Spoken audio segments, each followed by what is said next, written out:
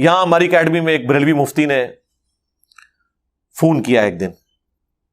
میں نام نہیں لیتا اسے مشہور کرنے کے لیے، چلیں میں آپ کو اشارتاً بتا دیتا ہوں، وہ کیلے والا مفتی جو ہے، اچھا، تو اس نے یہاں فون کیا، اس نے کہا جی کہ آپ کے انجینئر صاحب حدیثیں بیان کرتے ہیں،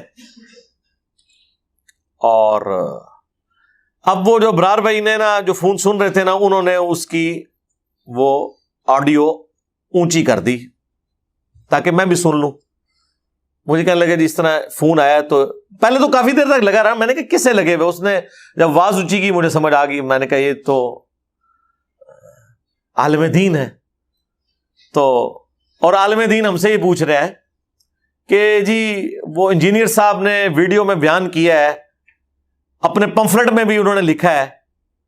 کہ نبی الاسلام کے اوپر جب بیماری کا غلبہ ہوا تو تکلیف کی وجہ سے بار بار اپنے چہرے سے چادر ہٹاتے تھے اور کہتے تھے لعن اللہ الیہود والنصارى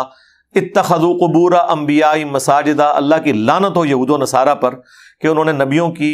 قبروں کو سجدہ گاہ بنا لیا تھا۔ اور ساتھ ام عائشہ کے الفاظ ہیں کہ اگر ہمیں خطرہ نہ ہوتا کہ لوگ رسول اللہ کی قبر پہ سجدے شروع کر دیں گے تو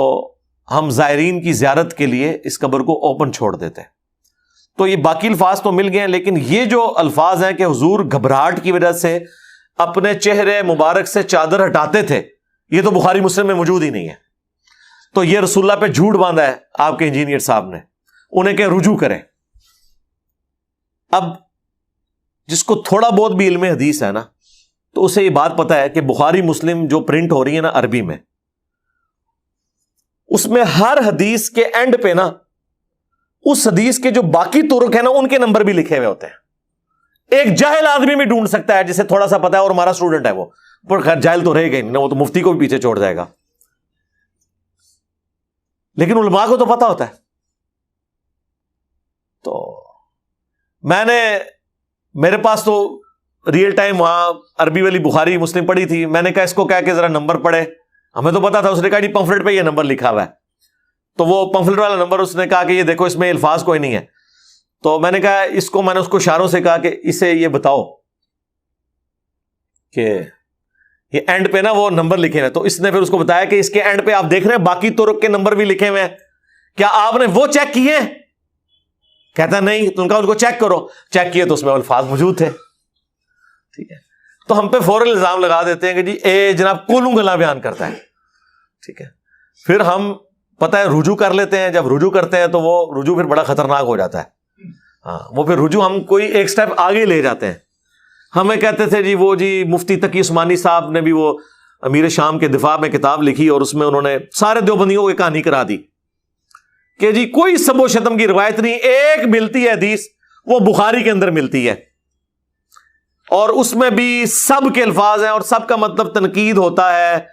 یہ کہنا کہ لعنت کرواتے تھے تو ذخیرہ حدیث میں کوئی نہیں، ہم نے تو 10 حدیثیں بیان کر دی ہیں۔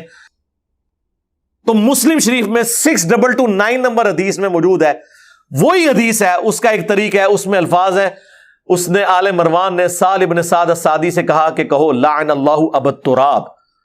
لعنت ہو ابو تراب علی ابن ابی طالب پر، نعوذ باللہ۔ تو بخاری میں سب تھا اور مسلم میں اسی حدیث کے اندر کیا لکھا ہوا؟ تو پھر میں نے رجوع کیا کہ ہم سب کہتے تھے گالی، ہم رجوع کرتے ہیں گالیاں نہیں دیتے تھے، لعنتیں بھیجتے تھے، یہ لعنتی لعنتیں بھیجتے تھے، اور یہ لعنتی اس لیے ہوئے کہ انہوں نے اللہ کے ولی پہ لعنت بھیجی تو وہ تو لعنت کا مستحق نہیں تھا، تو لعنت ان کے اوپر لوٹ آئی۔ یہ ان لوگوں کا علمی لیول ہے، میں آپ کو بتا دوں، ان لوگوں نے پتہ نہیں کہاں بیٹھ کے بخاری مسلم وہ دورے پڑے میں، اور جیسے ختم قرآن ہوتا ہے نا، اس طرح ختم بخاری ختم مسلم اسی طریقے سے ہے، این سپارے پڑھ لو تے این حدیثاں تو پڑھتے این حدیثاں تو پڑھ،